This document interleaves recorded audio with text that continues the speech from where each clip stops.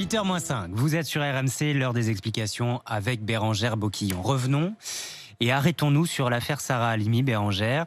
L'irresponsabilité pénale de son meurtrier présumé ne passe toujours pas. Dimanche aura lieu d'ailleurs une manifestation à Paris et cette semaine, la sœur de Sarah Halimi a décidé de déposer plainte en Israël pour tenter enfin d'obtenir un procès. Oui, c'est une affaire qui empoisonne les relations entre la France et Israël depuis maintenant 4 ans. La sœur de Sarah Halimi, qui est citoyenne israélienne, a décidé de saisir la justice de son pays, car la loi pénale d'Israël peut s'appliquer à des crimes antisémites commis à l'étranger. Mais cette plainte, c'est surtout un coup de pression mis sur la justice et les députés français. Ce procès n'aura jamais lieu en Israël. Le meurtrier présumé est français et la France n'extrade jamais ses ressortissants. Alors avant d'aller plus loin, rappelons les faits dans cette histoire.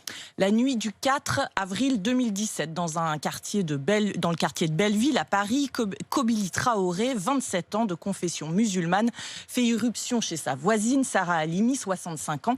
Il la roue de coups en récitant des versets du Coran, en criant Allah Akbar, avant de la jeter par-dessus le balcon de leur HLM en s'exclamant « J'ai tué le démon ». Sarah Halimi va mourir sur le coup. Pourquoi la Cour de cassation a-t-elle décidé qu'il n'y aurait pas de procès dans cette affaire? Parce que Kobili Traoré a été considéré comme irresponsable pénalement. 7 experts différents l'ont examiné et 6 d'entre eux ont conclu qu'il était en proie ce soir-là à une bouffée délirante.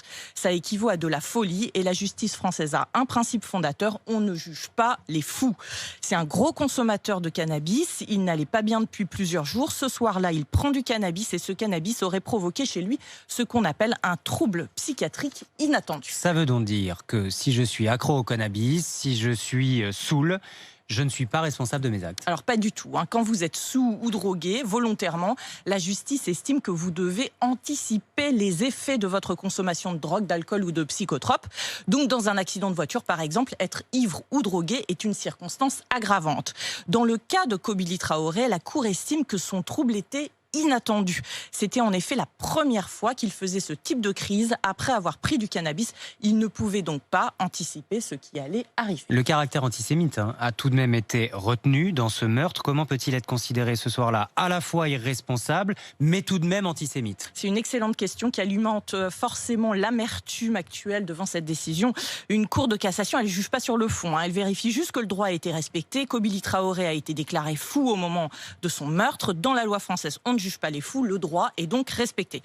Sur le caractère antisémite de son acte, la Cour de cassation n'a fait que valider les décisions antérieures. Et selon les conclusions du médecin expert, Kobili Traoré a été pris d'un délire persécutif, polymorphe, à thématique mystique. En clair, ça veut dire qu'un simple préjugé antisémite s'est transformé en conviction absolue dans un délire mystique. D'ailleurs, il a déclaré lors d'une audience il y a 2 ans: « Ce que j'ai commis, c'est horrible, je regrette ce que j'ai fait, je pensais que j'étais pourchassé par le démon. » Il a quand même décidé de prendre ce cannabis. Et quand on prend du cannabis, on s'expose à des réactions incontrôlées. Oui, c'est bien là toute la question. La loi aujourd'hui ne distingue pas le fou qui a une maladie mentale et le fou qu'il devient parce qu'il a décidé consciemment de prendre une drogue. C'est pour ça que des sénateurs et un député ont déposé une proposition de loi. Emmanuel Macron lui-même a demandé au ministre de la Justice de présenter au plus vite un changement de la loi. Oui, mais pour plus tard. Ça veut dire que dans ce cas précis, c'est trop tard, il n'y aura jamais de procès Halimi? Alors, la famille de Sarah Halimi va saisir la Cour européenne des droits de l'homme, considérant que la France n'a pas respecté son droit au procès.